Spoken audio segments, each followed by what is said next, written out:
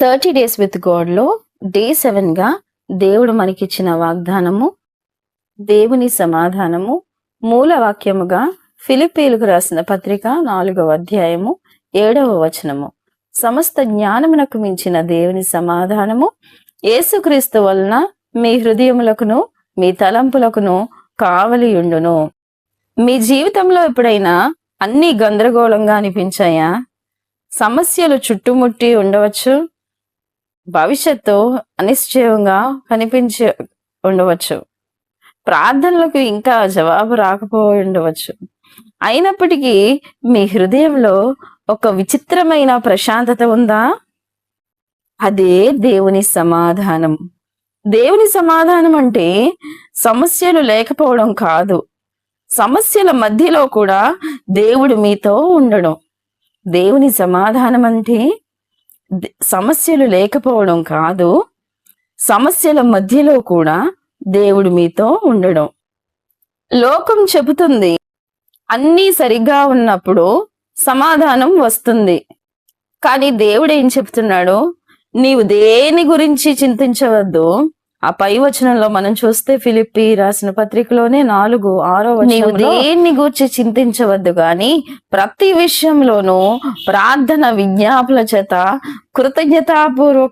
కృతజ్ఞతాపూర్వకంగా మీ విన్నపములను దేవునికి తెలియజేయండి. అప్పుడు సమస్త జ్ఞానములకు మించిన దేవుని సమాధానము మీ హృదయములకును మీ తలంపులకును కావలి ఉండునని చెప్తున్నాడు. అంటే ఏంటి? మనం ఎప్పుడైతే దేవుని యందు నమ్మిక ఉంచి దేవుని యందు ప్రార్థన చేసి పట్టుదలతో ప్రార్థన చేసి విజ్ఞాపన చేసి మన చింతలన్నీ ఆయన మీదకి అప్పచెప్పినప్పుడు మనకి ఏంటి కలుగుతుంది అంటున్నాడు ఆయన? దేవుని యొక్క సమాధానము. ఫిలిప్పీ 4:7 మనకి చెబుతుంది, దేవుని సమాధానము మన జ్ఞానానికి అందనిది, అది భయాన్ని జయిస్తుంది, ఆందోళన తొలగిస్తుంది, మన హృదయాలను మన ఆలోచనలను కాపాడుతుంది. ఈరోజు మీ భారాలన్నిటినీ దేవుని చేతిలో ఉంచండి.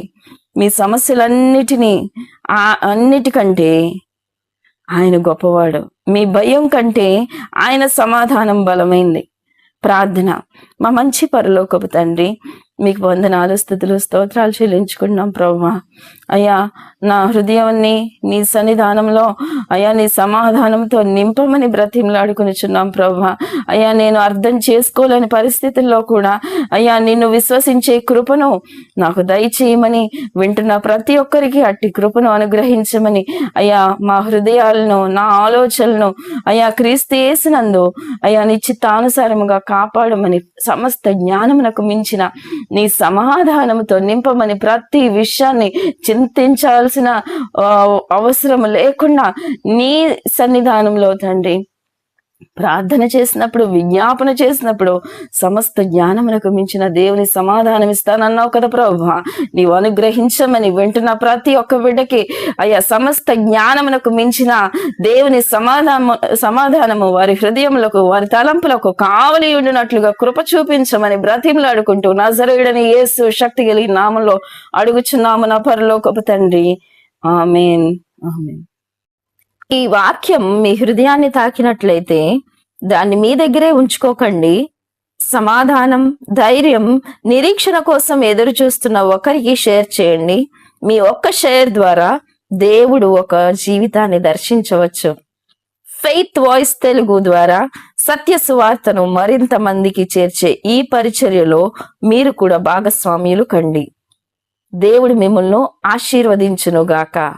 ఆమేన్.